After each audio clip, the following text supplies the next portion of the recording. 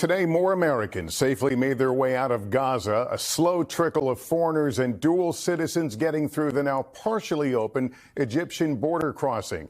For many, their escapes coming none too soon. In the heart of Gaza tonight, Hamas and Israeli military units are reported to be engaged in street-to-street fighting, as well as in below-ground tunnels. Flares tonight firing up the night sky, illuminating the battlefield. Each side taking casualties as Israeli forces work to encircle the Hamas stronghold of Gaza City. Civilians are at increasing risk. The UN reporting Israeli strikes damaged several of its camps inside Gaza. And the White House tonight reiterating its call for pauses in the fighting in Gaza, but not calling for a ceasefire. President Biden, appearing at an event last night, suggested a pause would allow more time to get captives out. Israel says Hamas holds more than 200 hostages, including some Americans. Raf Sanchez is near the Gaza border tonight and has the latest. Tonight, for dozens of U.S. citizens, a weeks-long nightmare in Gaza coming to an end. More than 70 Palestinian Americans passing through the Rafah crossing into Egypt today. We got out today 74 American folks.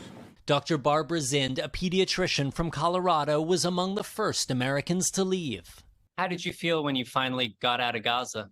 Sad and relieved. I mean, you're of course relieved to be safe yourself, but so sad that we couldn't exit with 2 million people. I mean, Gazans can't get out of Gaza. But hundreds more Americans still inside Gaza, some trapped in bureaucratic limbo, with exit permits for themselves, but not their loved ones.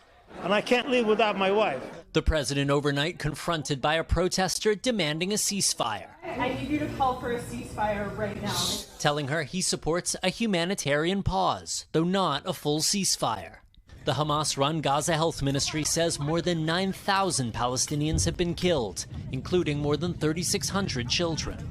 The UN saying a strike today killed 20 people at one of its schools.